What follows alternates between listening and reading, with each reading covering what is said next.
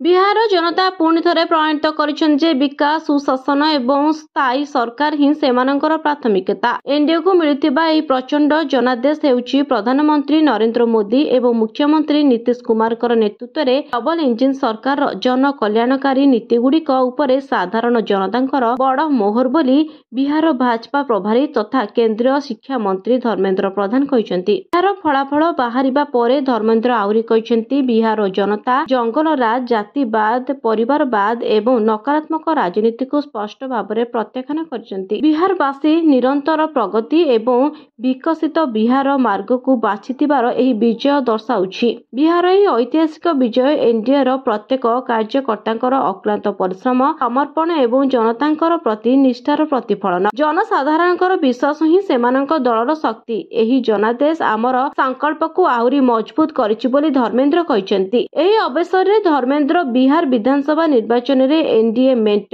ଐତିହାସିକ ବିଜୟ ପାଇଁ ସ୍ଥାନୀୟ ଜନସାଧାରଣ ଏବଂ ଭାଜପାର ଶୀର୍ଷ ନେତୃତ୍ୱ ତଥା କାର୍ଯ୍ୟକର୍ତ୍ତାଙ୍କୁ ଧନ୍ୟବାଦ ଜଣାଇଛନ୍ତି।